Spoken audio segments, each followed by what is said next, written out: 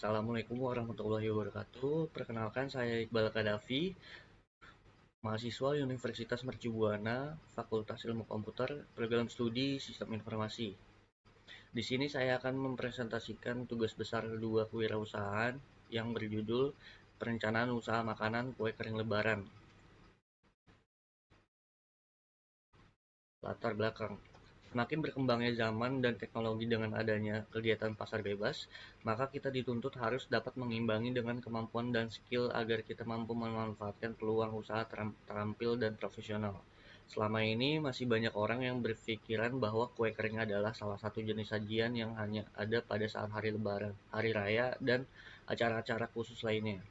Oleh sebab itu, tidak mengherankan jika melihat sebagian kalangan masyarakat menganggap bahwa usaha kue kering ini sebagai usaha yang musiman.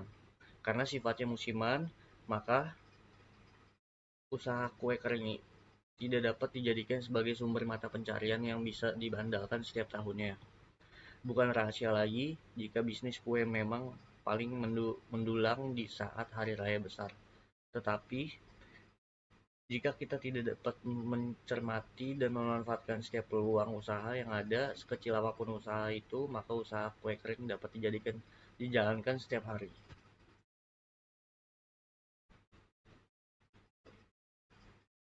Tujuan Tujuan yang pertama yaitu membuka lapangan pekerjaan, yang kedua mencari keuntungan atau laba, yang ketiga menarik minat konsumen untuk merasakan makanan yang cukup terkenal, yang keempat mencapai target penjualan, dan yang kelima berguna merencanakan pembangunan usaha kecil menengah yang bergerak dalam bidang produksi sekaligus penjualan makanan, kue kering, dan aneka bentuk parcel.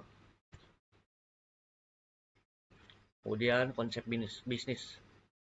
Seiring kebutuhan konsumen dalam mengonsumsi kue kering, usaha kue kering ini memunculkan produk yang lebih inovatif, variatif, kreatif, dan berbeda dari bentuk produk yang biasanya. Dalam usaha kue kering ini, produksi yang kami usulkan adalah putri salju, nastar, nastar keju, kacang, kastengel, dan coklat, yang tentunya memiliki citra rasa yang luar biasa lembut, renyah, dan gurih. Misi perusahaan. Yang pertama yaitu untuk melayani masyarakat dalam hal kebutuhan kue kering pada saat tertentu, bukan hanya pada saat bulan Ramadan dan Lebaran saja.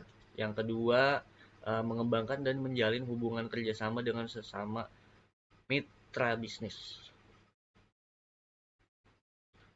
Kemudian, produk. Usaha yang dirintis adalah usaha yang bergerak dalam bidang kuliner. Karakteristik produk yang dihasilkan adalah jenis-jenis kue yang dapat digunakan saat Ramadan dan Lebaran atau sehari-hari, acara resmi atau tidak resmi, atau ataupun acara lainnya. Produk yang ditawarkan memiliki berbagai variasi bentuk kue dan bentuk toples yang menarik, sehingga menarik perhatian pembeli. Macam-macam kue kering antara lain putri salju, nastar, kue coklat, kastengel, dan kue Coco Crunch, triangle coklat, cornflakes coklat warna-warni, lidah kucing, kue sagu, keju, kue kacang, kue kelapa, dan lain-lain.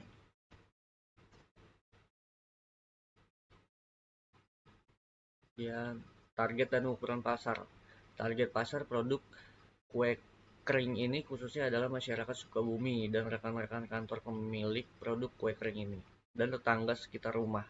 Namun secara umum tidak ada batasan konsumen produk ini, karena produk ini dapat dinikmati oleh semua kalangan berbagai usia. Semua kalangan dari segala usia bisa menikmati produk ini. Selain itu, harga yang terjangkau juga membuat produk ini dapat dinikmati oleh berbagai macam kalangan.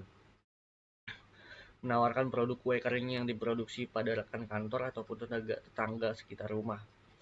Biasanya mereka akan lebih senang jika ditawari dengan cara memesan, sehingga mereka tidak perlu tenaga dan waktu untuk mencari kue kering di supermarket atau toko-toko roti. Strategi pemasaran. Usaha kue kue basah dan kue kering ini adalah usaha yang paling mudah untuk dikembangkan, karena banyaknya peminat kue-kue basah dan kering ini, Dan kue ini juga termasuk jenis makanan yang mudah diterima di berbagai kalangan masyarakat, mulai dari anak-anak, remaja, dan para orang tua. Alasan kami memilih bisnis ini dikarenakan jika makanan kue basah dan kue kering banyak disukai kalangan masyarakat. Bukan hanya itu, bahan-bahan untuk membuat kue basah dan kue kering ini pun sangat mudah untuk diperoleh. Proses pembuatan kue-kue basah dan kering ini sangat mudah. Modal yang dibutuhkan tidak begitu banyak namun mampu memberikan keuntungan yang besar. Sehingga modal yang dikeluarkan dapat kembali dengan cepat. Untuk proses produksi tidak terlalu sulit. Kemudian kue basah dan kue kering ini juga dapat menunda lapar. Ketika ketika kita tidak sempat untuk sarapan, maka maupun makan siang, selain memperoleh keuntungan yang besar, usaha ini juga mempunyai beberapa resiko yang dapat merugikan pemiliknya. Misalnya kita memproduksi kue basah dan kue kering sekitar kurang lebih 1.000 buah kue dalam satu hari. Namun kenyataannya yang terjual hanya 800 buah kue.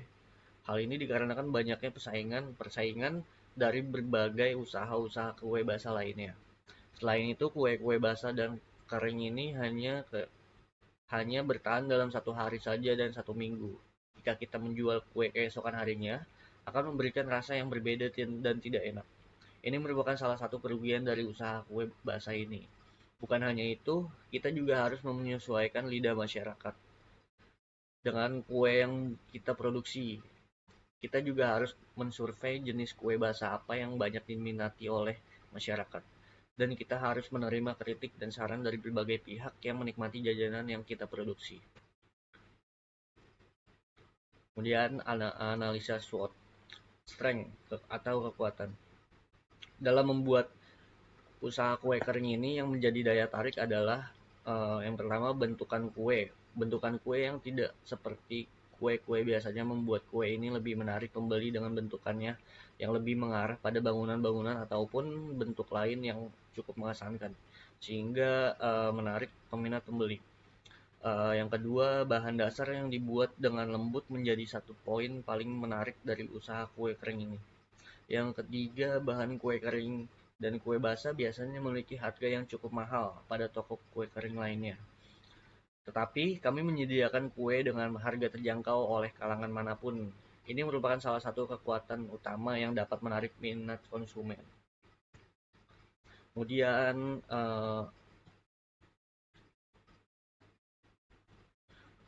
weakness atau kelemahan. Kesempatan yang dapat menghambat kemampuan usaha, masalah utamanya adalah modal.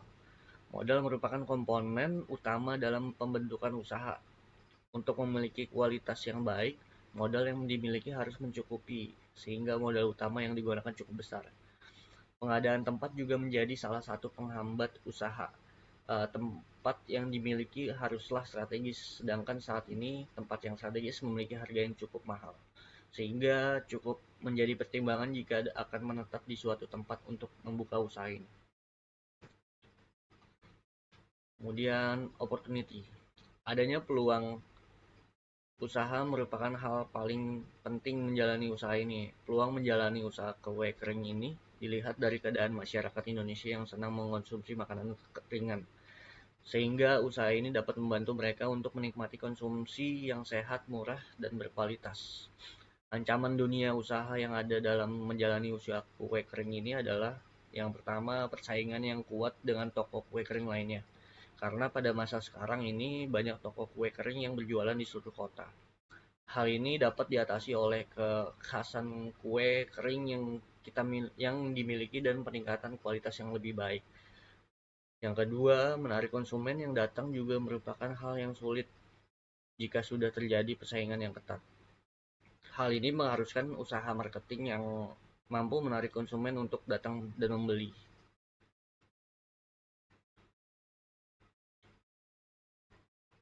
Strategi pengembangan produk. Dalam proses pengembangan produk, kue kering Bu Titi akan lebih banyak memproduksi aneka kue kering. Tidak hanya kue kering, tapi kue basah atau macam-macam makanan ringan untuk dipesan dan digunakan untuk acara arisan ibu-ibu.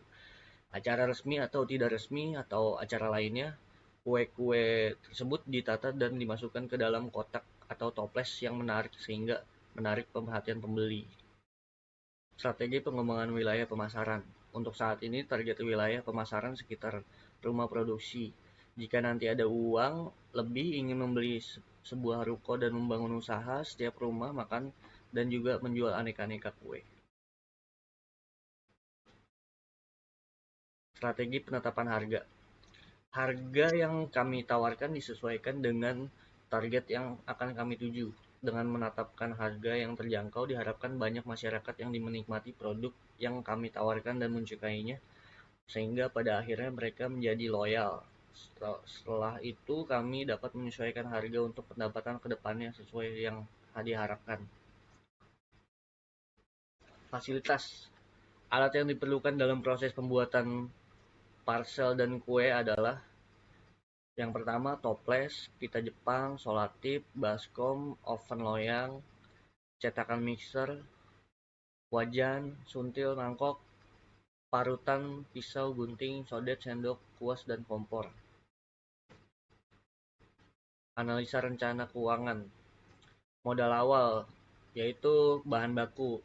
Yang pertama membeli terigu 4 kg seharga 40.000, telur 2 kg seharga 32.000, tepung gula 2 kg seharga 30.000, air bisa membuat dari galon atau yang lainnya, garam 5.000, vanili 6.000, blue band 10.000, baking powder 6.500, tepung maizena 5.500. Kemudian bahan taburan, kacang tanah per kilogram itu 8.000, coklat 30.000, keju 35.000, susu kental manis 15.000, kacang mete 1 kilo 40.000, choco chips 6.500, Coco Crunch bungkus besar 60.000, kelapa kering 12.500, nanas 2 buah 35.000, wijen 5.000.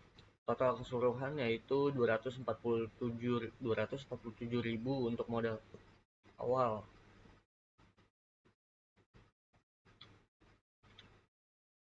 Kemudian untuk harga peralatan alat produksi modal awal. Mixer atau alat pengaduk manual 2 yaitu 500.000, tempat untuk mengaduk adonan 70.000, peralatan masak 2 juta, sekitar 2 jutaan, timbangan kue 2 yaitu 200.000, gelas ukur 2 30.000, loyang 5 35.000, oven manual 800.000, toples plastik 600, 1.500.000, peralatan parcel 500.000, lain-lainnya berjumlah 1 juta. Jadi jumlah untuk peralatan alat produksi yaitu 7 jutaan. Perkiraan penjualan per bulan, asumsi per hari terjual 20 kotak kue. Bisa dihitung 40.000 kali 30 hari yaitu 24 juta. Biaya-biaya peralatan, biaya penyusunan peralatan 145.791.000, bahan baku 135.000 kali 30 hari yang berjumlah 4.050.000, bahan-bahan taburan 247.000 kali 30 hari 7.410.000, upah pegawai 3 orang 1.500.000, listrik, air, dan gas 300.000. Jadi jumlah kurang lebih 13.405.791.000.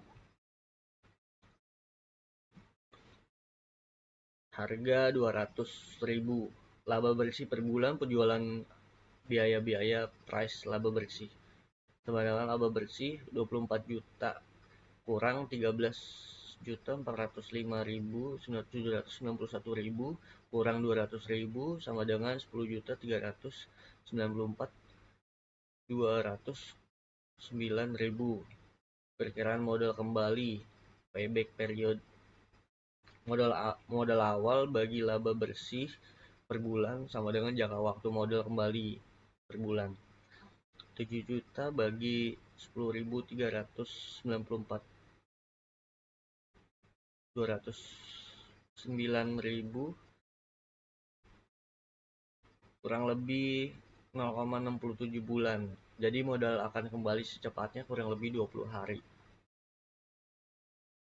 Kesimpulan, dengan berjalannya proses pembuatan kue ini dan sampai menghasilkan kue kering menjadikan bermacam-macam kue yang dapat dijual dan melakukan transaksi terhadap penjual dan pembeli.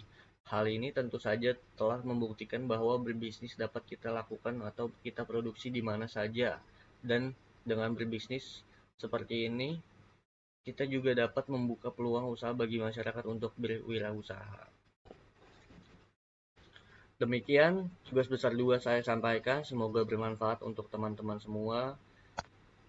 Mudah-mudahan tugas besar 2 ini bisa menjadikan teman-teman referensi untuk membuka usaha. Sekian dari saya. Assalamualaikum warahmatullahi wabarakatuh.